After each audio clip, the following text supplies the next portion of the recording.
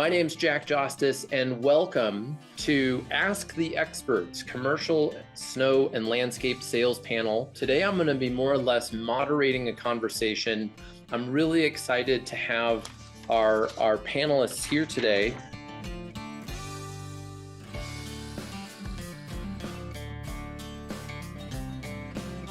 I've got three great guests today. I really appreciate you coming and taking time to share with the industry. We have Robert Clinkenbeard. He's the CEO of Wilson 360. Robert built and sold a $20 million commercial landscape company and now coaches high-performing business owners through Wilson 360 using his Iron Man mindset. He also hosts the Commercial Landscape podcast and is a trusted voice in the industry.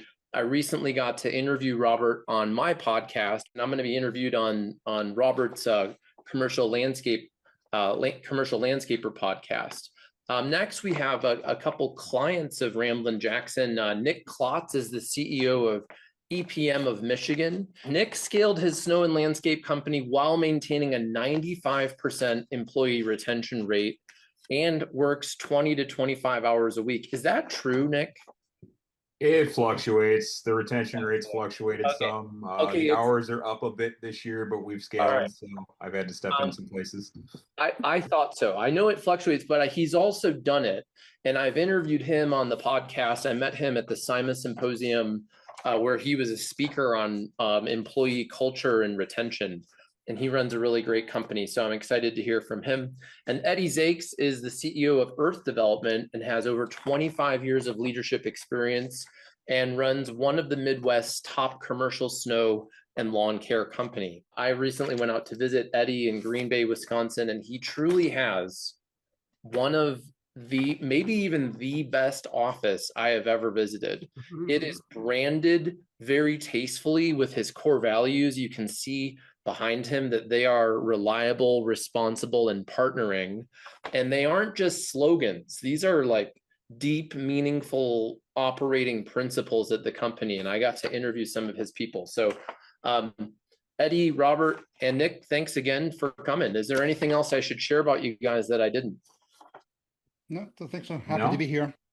Well, good. Well, you know, like I said, this is meant to be highly interactive. So we're gonna ask questions, and I'll let one of you speak first if you have a response. First thing, I wanted to get clear on how is commercial landscaping sales and marketing different from residential sales and marketing? We dip our toe in both. We dip our toe into residential still. There's some caveats to that. They have to be kind of tied to a existing account or be a legacy client from the beginning years of the company when we did service residential. I mean, for us, residential, it's a little easier to build a rapport relationship faster than it is with a commercial client. So I guess for us, the big difference is just the time spent in the relationship building. Probably a little more trust built more easily with a residential client, but it can also be done with a commercial client with some dedication and some effort. Yeah, why do you think it's more difficult from a commercial standpoint? Budgets, honestly. Controllers, CFOs trying to maintain a budget or cut a budget, and often we're not viewed as a professional service, which I think some of us are trying to change the game on. I know Eddy is, I know I am. Probably many different reasons, not one I have a specific answer for. Maybe somebody else can chime in on that one. Well, I think the fact that there is a budget is one of them. I think you know, a key difference in commercial and residential selling is in commercial, the client typically has a budget, and they've likely hired a snow and landscape professional in the past, and they generally know about how much they want to spend, whereas many residential customers have no idea how much it's going to cost, especially when you get into construction services. If they haven't done a landscape installation project before, they likely have no idea how much it costs unless they're in the industry. That's my take on the budget part. I have a slightly different, viewpoint. We were primarily, with my landscape company we had in Arizona, we were, 95, 97% commercial. So we really built our business based on relationships. Once we got in the door, we joined different associations, um, attended all the events. Our main focus was really bringing that relationship from a tier one, being more of that transactional piece, to towards a tier five, which is dinners, taking them to events.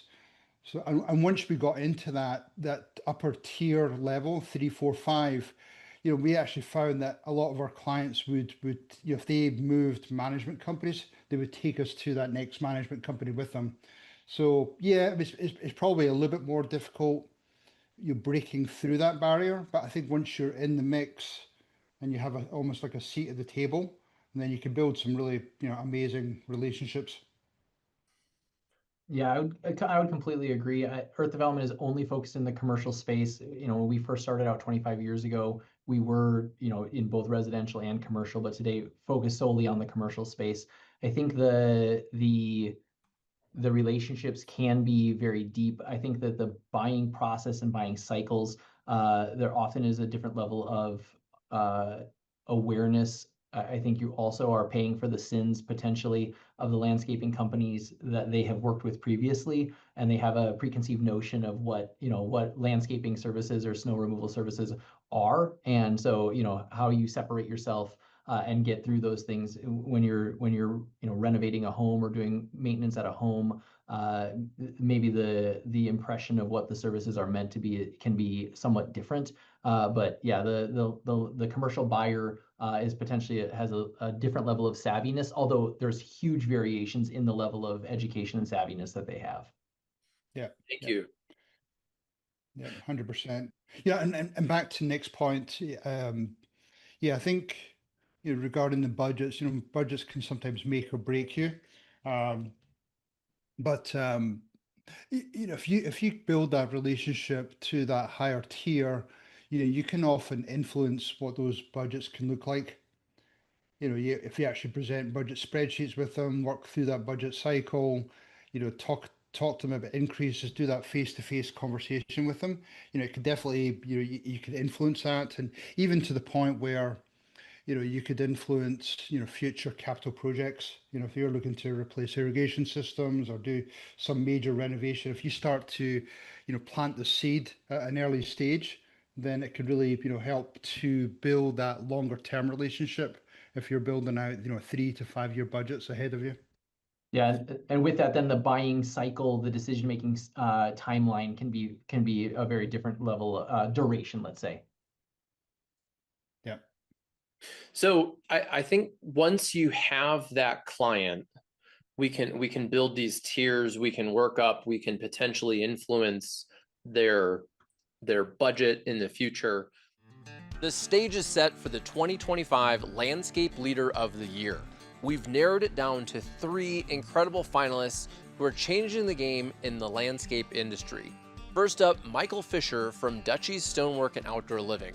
Michael will share how his high-converting website filters out price shoppers, attracts clients who are ready to invest, and delivers a massive ROI by eliminating wasted sales time, resulting in more high-end outdoor living projects. Next, Dominic DePadre from Tri-Valley Landscaping. Dominic is presenting on company culture, how building a strong, unified team has fueled growth, improved service, and created an environment where people love coming to work.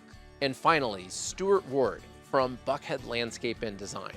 Stuart will reveal his proven sales process from the moment a lead comes in to estimating, presenting, closing, and kicking off projects. This approach has helped fill every key position on his team, take on more complex projects, and consistently attract high-value leads through an optimized marketing strategy. Join us live on Thursday, October 9th for the Landscape Leader of the Year live stream. You'll hear all 3 presentations, get inspired with what's working right now, and most importantly, you'll cast your vote to decide the winner of the Landscape Leader of the Year contest. Register for free at landscapersguide.com/events, and be sure to attend live for your chance to vote and win exclusive giveaways available only during the broadcast. My name's Jack Jostes, and I look forward to seeing you at the Landscape Leader of the Year live stream on Thursday, October 9th.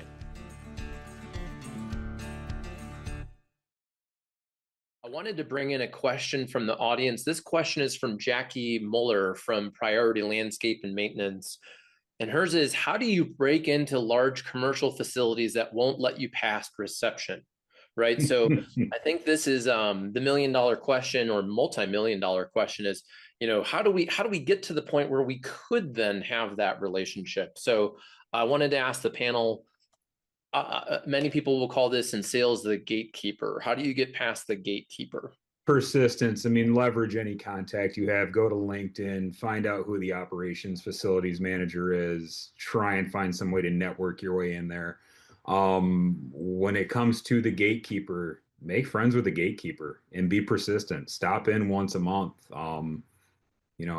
I've heard long ago, somebody told me a story, ended up using it one time back when I did our sales. Kept getting met with no by the gatekeeper. And on one of the last times I left, how do you take your coffee?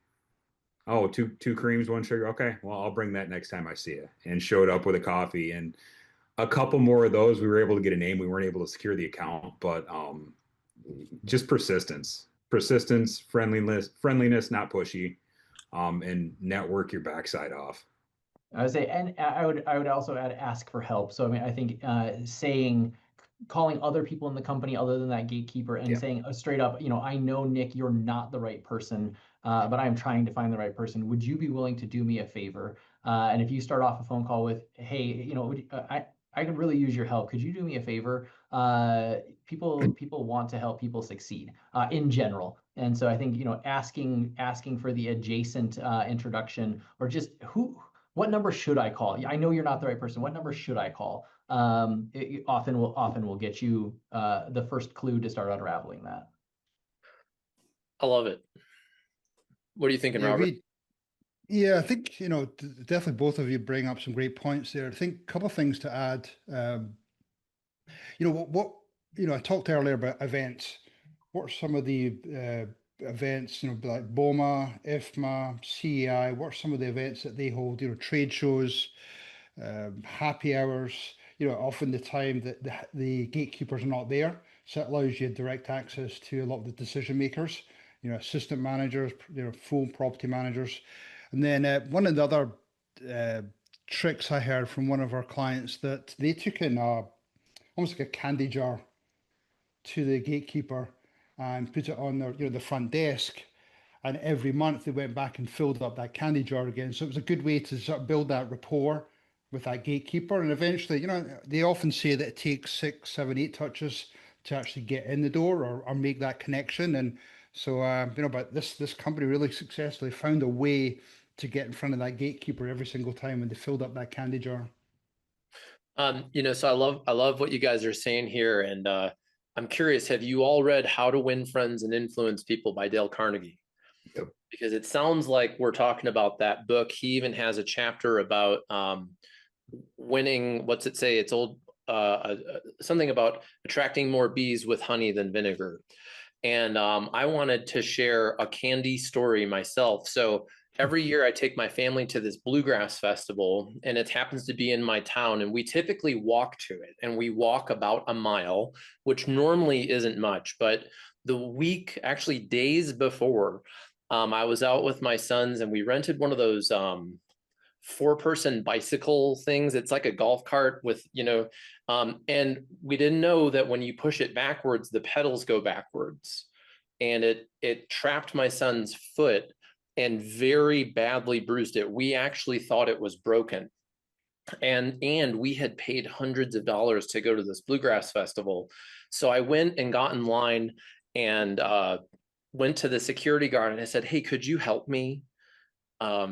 Here's the deal. I showed him a photo of my son's swollen foot, and he's like, look, we do have a special entrance where, because normally there's this like literally quarter-mile long line and this whole thing, and I would normally never ask, but he's like, yes, you can do it. And I said, how can I, is there something I can do for you? And he said, Twizzlers. And I said, are you serious? He said, yes. So the next day when we got in line, I brought him Twizzlers. So this is George. And George is the head of security, who then introduced me to the lady who runs the entrance where we could come in. So I think there's a lot of truth to this. There's another weird guy who sends beef jerky to people. I don't know if you've met him, but I think that works for commercial work too. So a lot of people say, oh, this doesn't work, but I'm with you guys that persistence and creativity and sometimes a gift can get your foot in the door to then continue building that relationship. So I really enjoyed that. Is it a gift, Jack, or is it a bribe? Yeah, it's debatable. And it may be a bribe. And to that point, I've had conversations with Eddy that some companies actually have legit specific rules against bribes. So I was curious before I send people out there getting into the, make sure you, by the way, asterisk, consult your local attorney for the educational information you learned in today's webinar. Eddy, what have you found? Where how do you know the line when you're stepping into bribe territory and out of like a fun gift territory? I don't know that there is a perfectly defined line. I think it's, different companies that we work with have very clearly written policies on, their ethical guidelines for gift giving and things like this. And I think, sometimes we just straight up ask and say, hey, I'd love to be able to, take you to, out for a round of golf, or I'd love to be able to do this or that. Would you be open to it? And if they say, I can't do it, well, then is there a threshold of something that I could do that would be nice for you? And sometimes it's $50 or $100. Different companies have different policies. You can also sort of do things as favors. I mean, if you send flowers as an example and they're delivered to the office, it's very different than you hand delivering them if they got shipped to them. We're not typically getting people flowers, but using that as an example where you could DoorDash somebody something and it's going to be sitting down at reception. Are they going to really throw it away? And therefore, will they consider it a bribe? It's pretty different than hosting them in a Packers suite for a big Packers game or something. Yeah, thank you. My next question was around lead generation, and we had a good question from JP Seneski from Perron Landscaping and Perron Facility Solutions. Sorry if I butcher anyone's name today. I haven't heard them say their name. But besides knocking down doors for residential customers and working on selling the importance, and then second, how do you do this for commercial? Basically, what are you finding is the top lead generation method for getting commercial snow and landscape clients?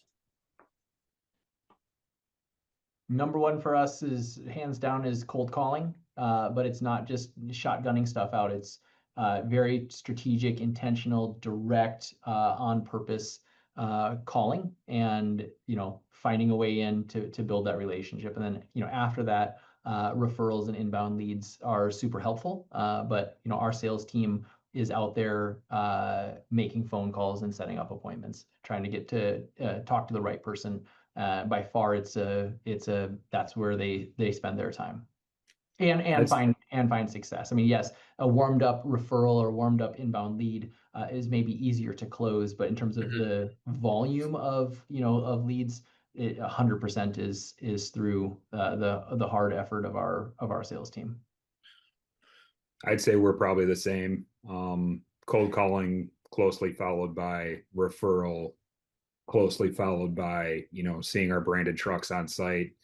With that said, I mean, if we do our job correctly, they never see us. So hopefully they're asking the neighbor next door, hey, who does your snow? You're always done. But probably cold calling would be our highest. Yeah, we didn't do any cold calling. All of ours was relationships. So it was referrals, I say going to events.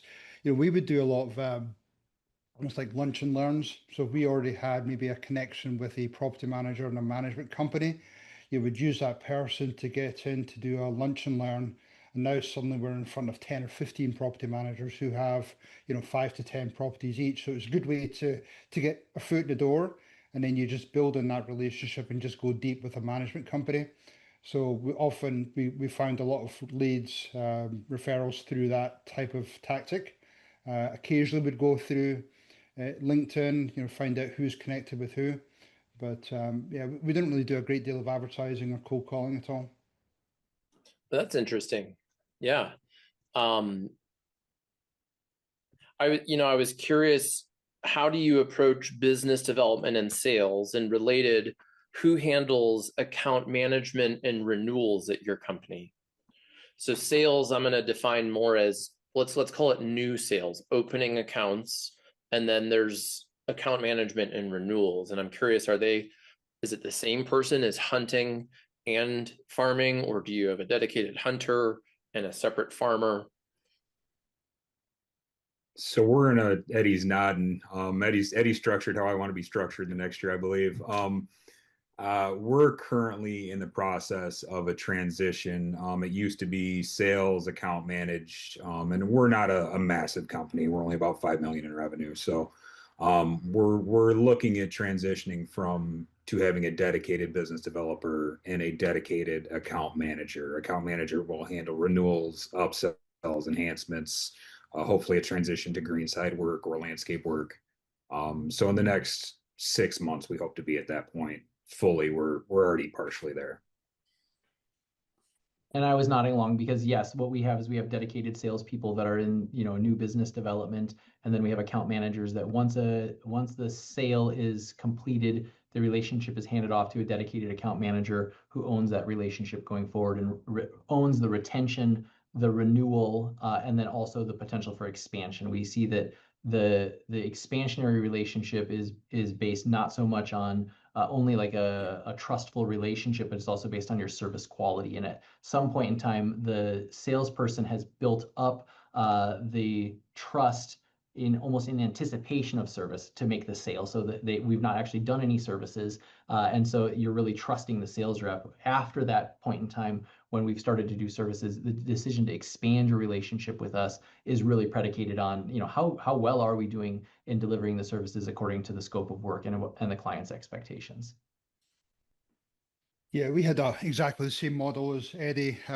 Clear distinction between business development, bringing in new work. A lot of them would bring in, 800 to 2 million of new accounts every year. We typically had about 5 or 6 of them. Account managers would purely be focused on the client relationship, renewals. Sometimes, if they were dealing with a manager who had a portfolio, then we'd tap into that resource and then bring them to the business developers to close them. Our account managers were really focused on that relationship, improving that tier. And often, they would be selling, anywhere from 80 to 120% enhancement penetration rate. So that was our focus, and obviously super high margins in that work. Did you say 80 to 100% penetration rate? Wow. 80 to 120. I'm curious, Nick and Eddy, what are you targeting? I typically hear people targeting closer to 30%. Yeah, 25 to 30s. That's amazing. Yes, I would agree with Nick and Jack. We're probably 25 to 35%. I think it also depends a lot on, I don't, Robert, what your client mix was.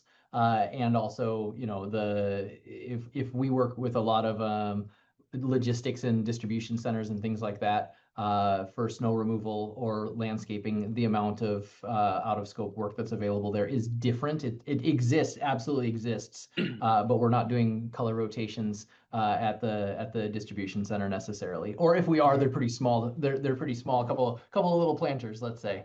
But Well, Robert, how much of that was based on the mix of clients that you had, do you think?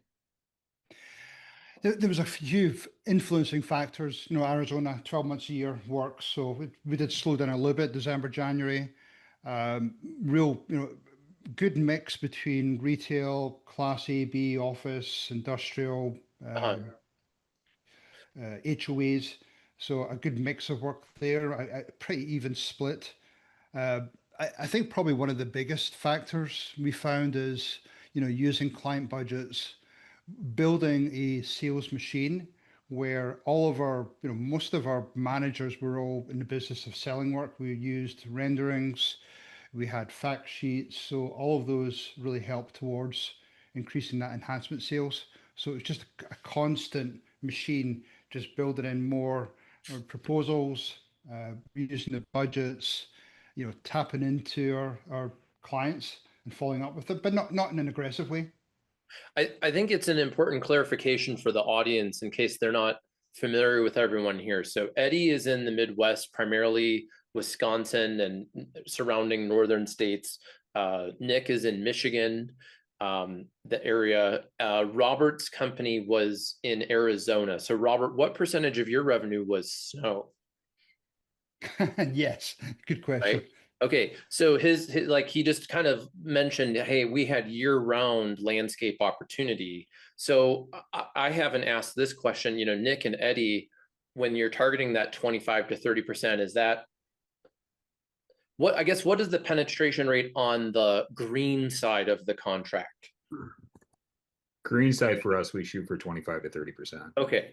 Correct. We consider out of scope work potentially to be additional saltings and things like this that would be by request because of special circumstances. But in the snow or snow hauling, we would also consider to be out of scope because it's a non-contract, it's a contracted rate, but a non-maintenance, automatically recurring. Yeah. So you're not targeting a 25% penetration rate on snow. Correct. We would correct. We don't really have a target penetration rate on snow. Now we're probably going to try and develop one in the near future for more specific snow type enhancements, parking lot improvements, curbing, asphalt patching, sealing, things that we can try and upsell on the snow only clients. Nice. Sweeping would be another one to add, Nick. Sweeping, yeah. I like it. So we've got a few guests who, they may not be at the $10 million mark or even the $5 million mark. So I like that you all said, no, we have a dedicated salesperson doing new sales and we have account people doing renewals and relationships. I think it makes sense when your business gets to that point to have that role distinction. And that's how I operate my own company. And I think it does serve the customer, and getting to that point is kind of difficult. So I had some questions. Benjamin Toenis from Verde Landscape in Texas. He just wrote growing from 3 to 5 million. And Ryan Toy from Toys Landscape asked, what does a business development salesperson's day look like in commercial sales? I'm trying to build out a new crew and route for maintenance.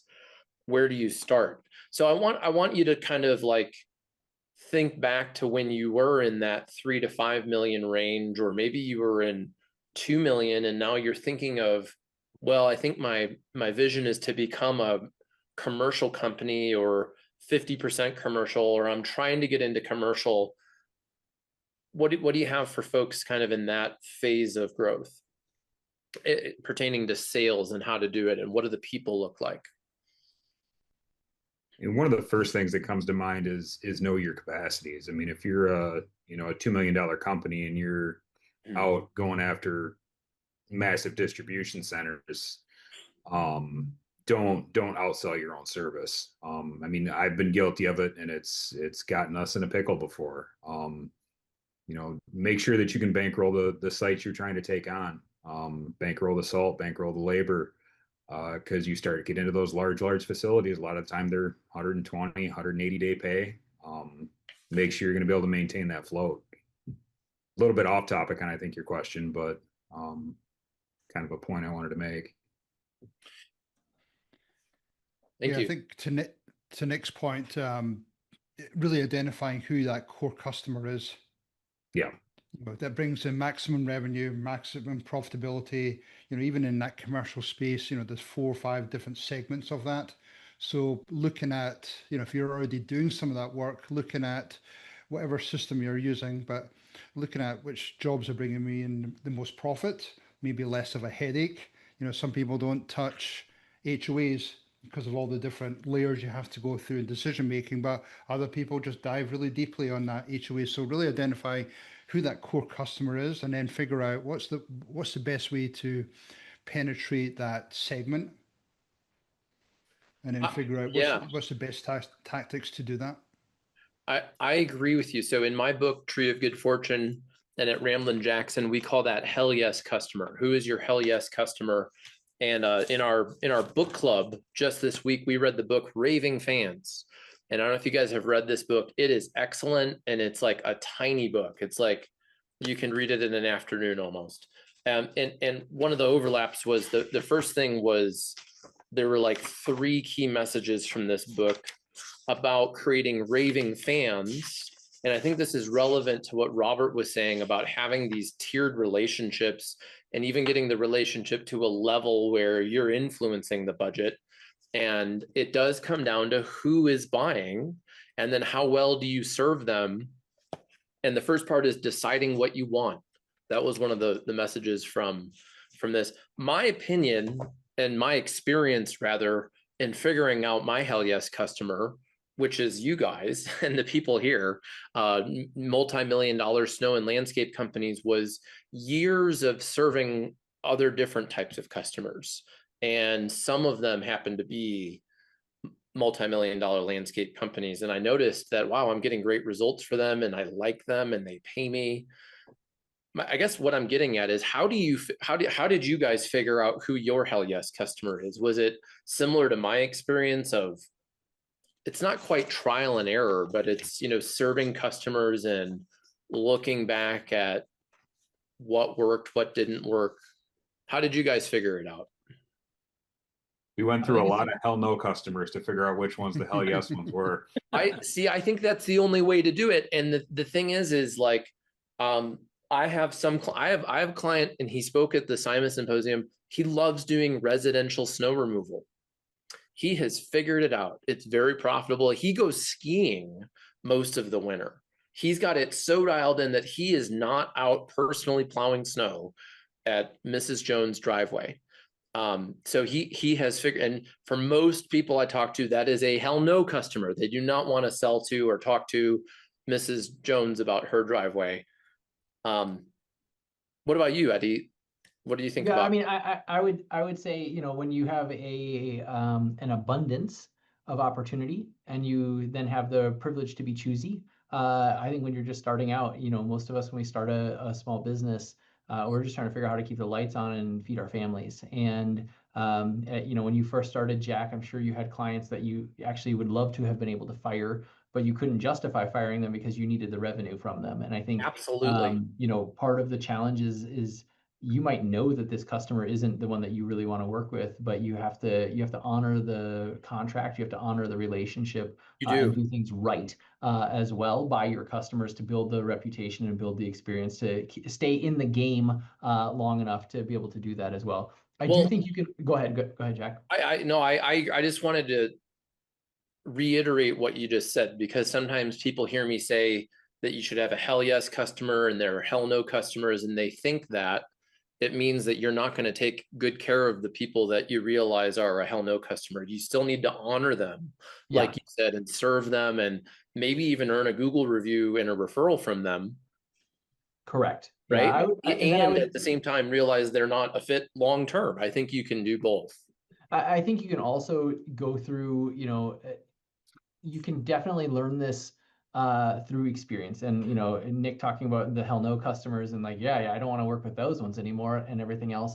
I think we also can go through exercises where we think about, where are we stand the chance to be most successful? Where do we stand the chance to work with people who make decisions that match what our objectives are? How do we want to equip ourselves as a company? What is the opportunity for CapEx expansion in our business? What equipment do I have today because it's a journey as well. And who might be the right customer for you 5 years from now might not be the customer that you can serve today. And we see that a lot in, you know, some of the service partners that we work with, that they aspire to something and they're trying to figure out how to get there. And then can we help them on that journey as well, and sort of coach them through the decisions that they need to make. I don't think it's I think the hell yes or the juicy red customer, it would be awesome if every single one of your customers were those, and you'll always have, you know, sort of preferred clients that you just love working with, and probably will have a couple of dogs, and people that started off being customers that you're really happy and proud to work with can have a transition of leadership, or can have, you know, transitions in their business economics that turn them into, you know, not a great fit anymore. So I think it's a constantly evolving field in front of you that you need to constantly be picking at. Excellent. We do have a good question from somebody who's here. I'm going to invite you, Jed, if you're willing to turn on your camera and ask your question. It was about how many accounts are you comfortable having an account manager have in their portfolio? Hey, Jed, how you doing? Good. How are you guys? Good, good. If you could share just a little bit about yourself, where are you and what do you guys do, and then ask your question. Okay, so it sounds like we're a little smaller than our panel guests here. We're about a $3 million company. We do maintenance, snow removal, and we've added a landscape division here in the last 18 months that is really taking off. I have 2 account managers / sales people. So this is very good to hear that our goal should be to separate them in the future. But how many accounts are you guys comfortable with your account managers having in their portfolio before it just gets too big and you need to add another account manager? I think it's more off of revenue than accounts, honestly, because your larger revenue clients are going to require more touch points. I think kind of the industry benchmarks anywhere between like 800 and 1.5. Yeah. Is that for a dedicated account manager? A Nick? dedicated AM is what I've heard, been told, read. And then when you're at that level that you have that, what might be the quota for a new salesperson? How much new revenue would their, you know, sales counterpart on the team be opening in a year? Should a new BD be bringing on, you're saying? Mm-hmm. That's, I mean, really shoot for probably anything north of 750 to 8 and push them as hard as they can go. We're kind of new to that game, so. Yeah, we would, I think 800 to 1.5 is, you know, a good number, Nick. You know, again, that could be a mix of, you know, 10 HOAs, or it could be a mix of 100 accounts. You really got to look at that mix of portfolio. Often we would, you know, if it was getting towards the peak of their book, you know, we would actually bring in maybe like an assistant account manager, or maybe somebody might start off as an estimator and then move into like assistant AM type role. But you got to look at the mix, the distance. You know, I remember even talking to an account manager who looked after the Disney down in Florida. You know, that was a 1.5 million one contract. But so really just looking at your portfolio and seeing what makes sense. And there's also, you know, the experience level of that AM, you know, the new, or the, you know, somebody that's coming in with 5-10 years experience. And I would say we have our account managers doing substantially more than 800 to 1.5 million. But I think it really depends on what the client mix is, and, you know, how many locations for a single customer you have, the geographic spread, et cetera. So ours is probably more like 2 to 3 million per account manager, give or take. And that would, it again depends on a whole bunch of different factors. So in some cases, you know, a single account manager, we have an account manager who's responsible for a $3.5 million account with 55 locations in maybe 5 states, give or take. Again, like those numbers might not be perfectly right, but and that's just one of the accounts that account manager has. But how demanding is that client, and how many individual unique points of contact do they have in order to manage that relationship, et cetera. So I think it really depends on how your company is structured, the geographic diversity of the sites that you manage, et cetera. I agree with that, and I think the title account manager is a very dangerous one. And what I mean by that is I don't know any company who has the same list of responsibilities for that title account manager in the landscape industry, in the digital marketing industry. And I think answering the question, like Eddy said, it depends on what are they doing and what other people are working with them and how much are they doing. At Ramblin' Jackson, we have a role called account coordinator, which is more of the task execution focus of our client work, whereas some companies don't have a account coordinator and their account manager is actually doing tasks. So I think it's kind of difficult to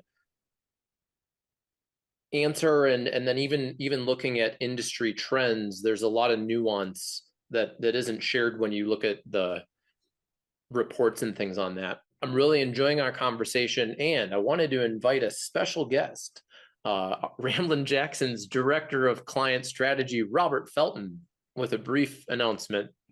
Hey everybody, it's nice to see you all. I wanted to just thank everybody for coming. Ramblin' Jackson's really excited to sponsor this event. Ramblin' Jackson does know the nuances and the differences between marketing for a residential and a commercial landscaping company. We have plenty of full service companies and more. One other thing I always like to point out, here at Ramblin' Jackson, we really go beyond the lead generation. I mean, we truly believe that sales and marketing are connected. There's no Chinese wall between them. So if you're interested in learning a little bit more about what Ramblin' Jackson does, how it helps commercial landscapers, please go to landscapersguide.com/brainstorm. Again, that's landscapersguide.com/brainstorm. And you're going to talk to the wonderful Alyssa. She'll talk to you, learn a little bit more about your business, tell you a little bit more about Ramblin' Jackson. It is a free call, and it's a way to just learn a little bit more and see if we can help you. So thank you, Robert. And thank you, Alyssa. We've got people from all different shapes, sizes, scales of industries. And this is what I love about doing these events, is connecting all of you. This one is actually from Joseph Barnes at Yellowstone Landscape. And he asks, what's your top question to ask to determine if the client is a good fit for you? So in your selling, have you found a question that unlocks the sale that you always ask and you would manage your people to ask? I always like to ask, how much are they going to invest in the property? And what I'm trying to glean from that is, are they going to invest, enhancement work or improvements for the next 12, 24, 36 months? If somebody's not spending any money and I'm already going at a tight maintenance contract, then possibly not a good fit. So I'm always looking at how they're going to invest in their landscaping. And remind me, so it's a budget question, and how, let's pretend that I was a client, like literally with the intonation and words that you would use, how would you actually ask it if we were having a conversation, Robert? I think you put me on the spot here. I suppose I would ask them, how much have they spent in improvements or enhancements over the last 12 months? And then it would then lead into what's your plan for the next 12, 24 months? So, and even bring in a question, what's the long-term plans for the property? Are you going to flip it in 12 months? Is it a long-term hold? So just some of that real estate, that asset management type question, just to see, where it is placed in their portfolio. I like that. And would you recommend, and so you asked it more of like, hey, tell me how much have you invested in the past 12 months? I like that. I like that question. Because people can answer that. I think that doesn't put me on guard as much as, hey, what's your budget? Yeah. I think I guess what I'm getting at is the words you use and how you ask. And I know that I put you on the spot and that in a more relational environment, you might ask a little differently, but I was just kind of curious of your approach. So I like that. Yeah, it's more conversational. I like to try and right from the get-go, when I first met a new prospect, it was more try and get them to let the guard down, talk about sports, talk about family, just getting to be more of that relaxed environment, and then just slip in those questions and about that long-term relationship, maybe what happened to previous contractors. So just those non-threatening questions, but very conversational. I'm always super interested in trying to figure out, why are you talking to me? Along that same line of like, what happened to the person who was here last year? And is it, hey, yeah, this is up for renewal. My boss said I need to get 3 quotes. The person who's been here has been here for 17 years. We obviously really like them. Okay, well, what would it take to displace them, et cetera? But I think trying to understand that what Robert's saying there about, and I think I don't know that it's one single question, but it's an answer that I think is pretty important to us is, what is it? Why am I in this conversation with you? Obviously you're interested in talking to me for some reason, but help me understand a little bit more there. But it's not the first question you ask. You're talking about a whole bunch of other stuff, and then you're sliding in the questions that Robert was asking. Yeah, kind of similar. Slide in the pointed questions somewhere down the line. One that I always asked was, if your current contractor could do one thing better, what would it be? And that even like in Eddy's situation where, they've had the contractor for 17 years, it at least could get the wheels spinning, hopefully in your direction. Of course. Yeah. I mean, they what could be even better? We ask that question as well, Nick, and often you get really good ideas. Yeah, even in the hard, we're not looking to switch, but we have to get 3 bids. You get them talking and thinking about the previous year. Oh, they didn't do this. They didn't do this. They could have done this better. And you know what? Why don't you go ahead and get me that bid? I like it. And Eddy's question reminds me of a Sandler question, which was something to the effect of, so why are we talking now? Mm-hmm. Why are we talking now? I would ask, especially if I learned they were getting 3 other bids, is, hey, let's pretend that you got 3 bids or 5 bids. What's most important to you about who you end up partnering with? And I found that helps uncover, like, well, is it budget? Well, it has to be in our budget. Or usually it's not. Usually they actually share, well, what's most important is communication. Oh, well, tell me more. What was communication like with your previous landscape company? How often did it happen? I'm often always curious, how did you try and tell them about this? Because what I don't want is somebody who doesn't communicate with me. And if they're like, well, I never told them, because that puts me a little on the, I don't know. I don't know if I can help you. That's for me. We had some good questions, and Eddy is here, and it's related to this, but I have to ask it because I'll tell you that I talk with hundreds of professionals a year in the industry, and many of them will say, well, commercial's just a rat race to the bottom. And I'm always like, oh, really, is it? And I'm just curious, what do you think? Is it always a rat race to the bottom? Does commercial always have to be a rat race to the bottom? No. Eddy didn't use the word rat. I brought in the word rat for the race, by the way.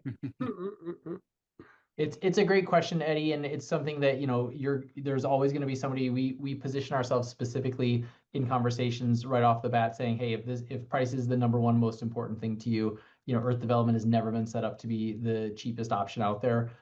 There might be some random cases where we might end up being the cheapest, but that's not our express purpose. Our express purpose is to meet your organization's needs, help you manage your risks, keep up your brand expectations in the way that your property looks and how you keep people safe and your property attractive. And so I think there is always price pressure, but knowing how your company is sort of calibrated and what's most important to you, we face pressure, but we know it's not a race to the bottom.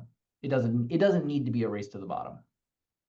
And there are many, many, many clients who will pass on the low cost provider with glee to move to somebody who is going to charge them more, but that is going to better align with their expectations. It definitely can be a case with many clients, especially some of the portfolio work or different managers in place. But like you said, it doesn't have to be. You have to have the ability to sell your service and what you bring to the table, not just the number at the bottom of the bid. You likely need to be competitive, though. I mean, Yes. if you're not competitively priced, you're going to struggle in commercial landscaping. But being able to describe the value that you create and why your pricing is what it is, I think, is important. Yeah, it comes back, I think, to what I mentioned earlier about relationships and that tier relationships. If you're in that tier 1 and 2 of a client relationship, then there's a higher likelihood you're going to get bumped through price. If you're up in that 3, 4, 5, then it's going to take some major screw ups for you to be bumped out of place. But you can't let your guard down. You've got to keep those relationships high. You've got to deliver on quality. What can you do to really step up that relationship? That's something we were always striving our account managers to do, is how can we take a step up? What's the extra, is it communication? Is it renderings? What else can we do to stay ahead of the competition? So that was, I mean, we almost thrived in that competition because it made us up our game. I like it. I agree with that perspective on competition, because if you don't have any competition, then there's probably not a lot of money to be made. That's been my experience in picking a hell yes customer. I once pursued a different industry and there was no competition because there was no money to be made. So I think that can be a telling sign that you're on track when you have competition. I wanted to ask from Stephanie Leveling from Boss by Integra, how are you managing the increased costs of equipment, salt, materials, and the perceived decrease in actual snow events? How is a smaller company supposed to manage that without losing their shirt? Smaller, try and balance out a little heavier in seasonal guaranteed money contracts to at least cover your bottom line. Yeah, I think that there's some, first of all, it should be a conversation with the client and it's some education of the client as well. Two major on the snow side, which, mentioning salt and materials specifically would maybe make me think more of the winter side. But you have fixed contracts and you have variable contracts, and you have some sort of hybrid in the middle of the two, and trying to figure out, like Nick said, how to get some money guaranteed in that process, I think, is important. We see different appetites for contract formats in different regions as well, and so it might be an opportunity for you to showcase your company as different because you're able to talk about a new contract format that hasn't been done in your community yet. And so I think there's plenty of examples of companies that are using win-win contracts that are using floors and ceilings of snow amounts, standard deviations. You can get all kinds of weather data. You can have readiness fees or staging fees where the first X dollars of the contract is paid up front, but goes against a snow total for the year or against other options like that. But those are all tools there to help push that. And then I think also making sure that if you're signing multi-year contracts, you have an option ideally to be able to do annual price increases as well. And that way you're, to the question of, tariffs or inflation or whatever, that you have some coverage there as well. I like and that. With salt specifically, we have a commodities clause built into our contract that if salt raises by a certain portion, we can raise the price of salt on the client. They'll get noticed, but we have the ability to do that. I like that protection. Well, great. Eddy Zakes, Nick Klotz, Robert Clinkenbeard, thanks for coming today. I have one final rapid fire question to close us out on time for the audience today. And that is, what in sales management, what KPIs do you obsess over managing your sales team? What is the number or numbers that you're like, I need these numbers and they need to be on track, or else? 3. We do number of calls, number of proposal presentations, and then the dollars and number of closed won. number of phone calls you make is critical because that leads to the proposal opportunities. But if you don't, you can call all kinds of people, but if you're not proposing new business, and the number of proposed meetings that or proposal presentations or proposal meetings that you have, it's all about the proposals, and then your proposal effectiveness is leading to closed won. And yeah, those are the three things that we're paying really close attention to. That's what we're tracking, the exact same three. Yeah. For me, again, new contacts are making, proposal values. So we're almost trying to look ahead. And then the third piece is really diving into the sales activity sheets on a weekly basis. Who are they having lunch with? What events they're attending? What calls they made? So really diving deep there. So all of you mentioned a behavioral aspect. So you're measuring both the result of sales, but you're really managing what Robert and Eddy are talking about, the behavior of calls, the behavior of meetings. And that would be my parting comment on sales management, is to manage the behaviors, because the behaviors produce the results. Would you agree? Yeah, 100%. Yeah, we talk about activity input, performance output, and coachability for every single employee, whether you're in sales, account management, field operations. If you're the CFO, it's activity input, performance output, and coachability. All right, everyone. Well, thanks for coming to the Landscaper's Guide Sales Panel on Commercial Sales and Marketing. Again, thanks to our guests, Eddy Zakes, Nick Klotz, and Robert Clinkenbeard. We invite you to come to a similar event on October 9th, where 3 of my top clients will be competing in the Landscape Leader of the Year contest. So they will be presenting 15-minute leadership presentations, and you, the audience, will get to vote on who the winner is. And we have over $1,000 of prizes that we're going to be giving away. So check that out at landscapersguide.com/leader. My name's Jack Jostes from Ramblin' Jackson. Thanks again for coming today. And big round of applause for our panelists today. Thank you, guys. Thanks, Eddy. Thanks, Robert. Thanks, Nick. Like today's video and subscribe to our YouTube channel to get upcoming videos to help you grow your snow and landscape company. My name's Jack Jostes, and check out my free resources in the show notes and click the next video to grow your business.